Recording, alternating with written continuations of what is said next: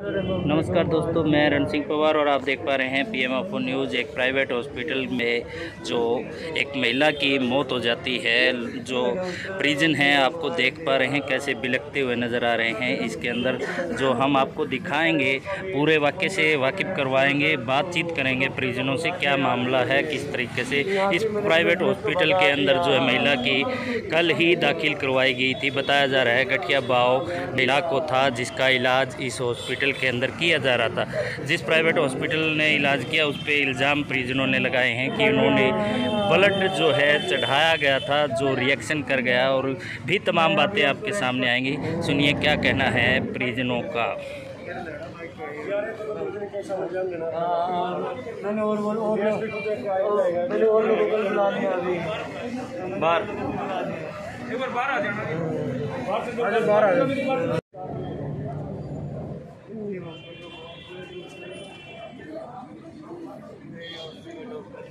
नमस्कार, मैं संदीप सिंह पखाड़ा, आप देख रहे हैं हिसार न्यूज़ हरियाणा।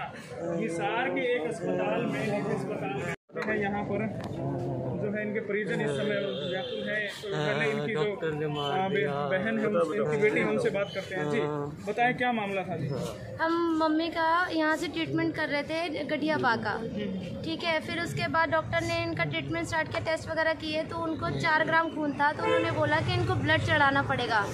तो कल परसों हम एक बार बात करने के लिए है कि कैसे क्या करना है, तो उन्होंने बोला कि एडमिट करेंगे, ब्लड चढ़ाएंगे, फिर जाने देंगे। तो मेरी मम्मी को फोबिया है हॉस्पिटल से, लेकिन फिर भी उनको कैसे तैसे हम लेके आए हैं। और उसमें क्या हुआ, इन लोगों ने एक यूनिट, डॉक्टर से बात ही, 1 यूनिट चढ़ा दी। मेरी मम्मी बोली कि बेटा मेरे से दूसरी यूनिट चढ़ेगी नहीं, मेरा शरीर उठेगा नहीं, ठीक है। एक बार डॉक्टर से बात करके अभी वो छुट्टी दे दे और हम फिर दोबारा 1-2 दिन बाद आके दूसरी यूनिट चढ़ा दे। तो डॉक्टर ने मुझे बोला, मैंने डॉक्टर से बात की, रिक्वेस्ट की कि डॉक्टर साहब अगर हम 1 यूनिट अभी चढ़ा के दूसरी यूनिट बाद में चढ़ाए तो चलेगा।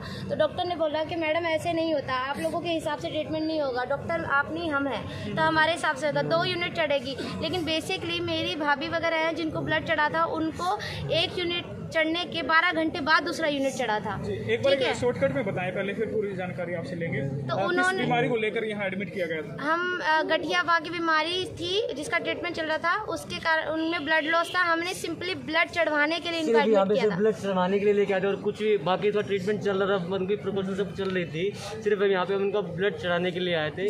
हमने एक ड्रिप जब उसको चढ़ गई मेरी मम्मी को, बिल्कुल सही थे, कुछ भी प्रॉब्लम नहीं थी, मुझसे बात करें, सब कुछ करे।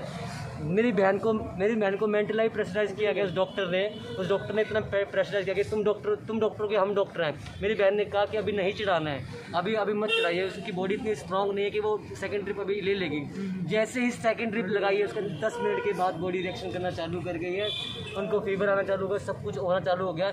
इसको मतलब उसके बाद उन्होंने ड्रिप को हटा दिया, उसके बाद पता नहीं क्या क्या ड्रग्स दिया, हमें कुछ नहीं पता, पूरी रात ड्रग्स दिए हैं। सबसे बड़ी बात यह है कि मेरी मम्मी वहाँ पे कंपाउंड, यहाँ पे जिस रूम में मेरी मम्मी थी, मेरी बहन को लगा कि इनकी हालत बहुत क्रिटिकल हो रही है। वो जो वहाँ पे बैठी नर्स थी, और नर्स आपस में गप्पे मारी थी। मेरी बहन पागल हो गई, उनको बोल रही थी प्लीज़ डॉक्टर को बुला दो, उन्होंने डॉक्टर को नहीं बुलाया।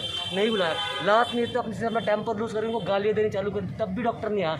जब मेरी मम्मी खत्म हो गई, दिप्पी को, मेरी बहन को पता चलेगा कि मेरी मम्मी खत्म हो गई, तब डॉक्टर आते हैं अपने आप की सेटिस्फेक्शन दिखाने के लिए, अपने आप को प्रिटेंड करने के लिए कि भाई हमने ट्रीटमेंट किया था और उस ट्रीटमेंट के दौरान वो मर गई। लेकिन मम्मी मेरी खत्म हो गई, डॉक्टर आया ही नहीं। सांस छोड़ दी थी ऑलमोस्ट, मम्मी जब ठंडी हो गई थी, आंखें ऊपर हो गई थी, तब जाके आया ही नहीं। अपनी मशीनें लेके आए। उनको पता था कि वो डेड हो चुके हैं, लेकिन अपने आप को सेव करने के लिए अब मशीनें वगैरह डालने लगे, सब कुछ करने लग गए।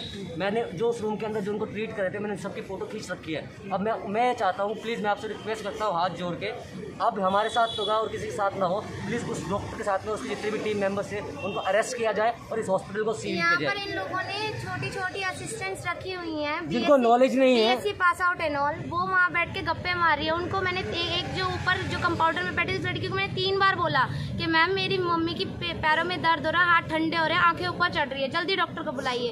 वो बोलती मैम मैंने बोल दिया है, डॉक्टर आ रहे हैं। जब मम्मी पूरी ठंडी होने लग गई, जब चीज़ें खत्म होने वाली होगी, एज पे जाके डॉक्टर आके पहले तो हेल्पर आके मम्मी को ट्रीट कर रहे हैं, उनकी छाती दबा रहे हैं, वो सब कर रहे हैं। जब मम्मी पूरी खत्म हो गई उस टाइम पे ये लोग मशीन लेके आए, तब ट्रीटमेंट कर रहे हैं। बाद में क्या बोलते हैं, हमने अपनी तरफ से पूरी कोशिश की, हम अपनी मम्मी को बचा नहीं पाए। क्या नाम अस्पताल का? ये रविंद्र हॉस्पिटल है, आप प्लीज़ देख सकते हैं लिखा ऊपर रविंद्र हॉस्पिटल। मैं आपसे रिक्वेस्ट करना चाहता हूँ कि एक बार प्लीज़ इनको अरेस्ट किया जाए और सख्त से सख्त कार्रवाई और इस हॉस्पिटल को सील किया। और वो डॉक्टर क्या जिसको मानते हैं कि क्या लापरवाही से मौत हुई है? हाँ जी, सर लापरवाही और बिल्कुल। प्लस मेंटली प्रेशराइज किया गया है। जब हम कह रहे हैं मतलब ठीक है उन लोगों को पता है डॉक्टर वो लोग होते हैं, लेकिन हमने कहा कि रुक के आप रुक सकते हैं। जब मेरी बहन को पता है कि एक ड्रिप चढ़ने के बाद कम से कम बहुत वेट करना पड़ रहा है, 6 घंटे का 7 घंटे का। इन्होंने 2-2.5 घंटे के Instant- बाद ही दूसरी ड्रिप चढ़ा दी इंस्टेंट थी। क्यों चढ़ाई, क्या रीज़न था, मुझे समझ में क्या रीज़न था। अब मैं डॉक्टर से बात कर रहा हूँ तो डॉक्टर को उन्होंने भगा दिया, यहाँ से डॉक्टर को भगा दिया उन्होंने। अब वो डॉक्टर यहाँ पे नहीं दिख रहा है मेरे को, और यहाँ के जितने भी स्टाफ मेंबर जितने भी हैं वो बात करने के लिए तैयार है। मैंने कहा मैनेजमेंट वाले सामने आओ, कोई मैनेजमेंट वाला सामने नहीं आ रहा है। लोग थे जो मेरी मम्मी के ट्रीटमेंट कर रहे थे, वो सारे लोग यहाँ हॉस्पिटल में है ही नहीं। उन सब लोगों को हटा यहाँ से दिया। निकाल दिया गया, उन सबको यहाँ से निकाले जो लोग चाह रहे थे। मेरे पास फोटो है, मैं उनकी फोटो दिखा सकता हूँ आपको, इनकी फोटो मैं आपको दिखा सकता हूँ। प्लीज़ आप जूम कीजिए, मैं आपको दिखाता हूँ।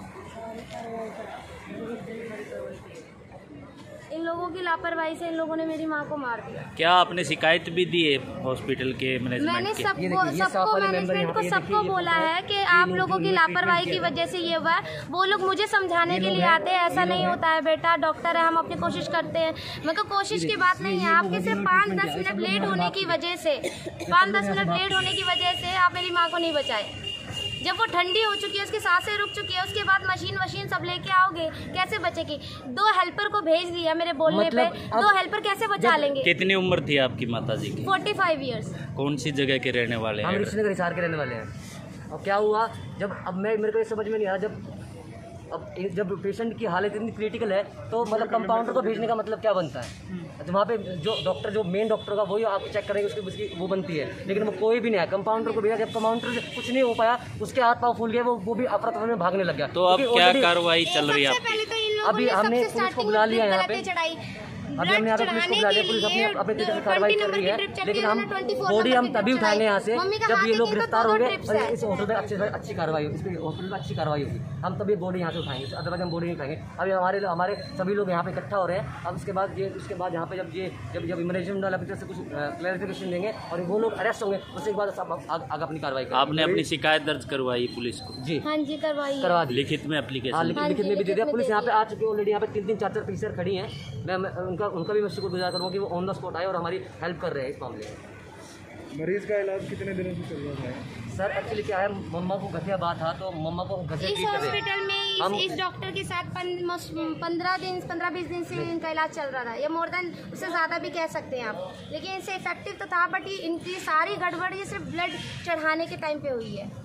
जब इनको बोला गया कि नहीं चढ़ानी पड़े, इन्होंने अपने आप से मेंटली प्रेशराइज करके इनको कहा कि हम चढ़ाएंगे। और 2 घंटे के बाद ड्रिप नहीं चढ़ती है, वो सब तो सबको पता है, लेकिन उन्होंने इंस्टेंट 2 घंटे के बाद चढ़ी।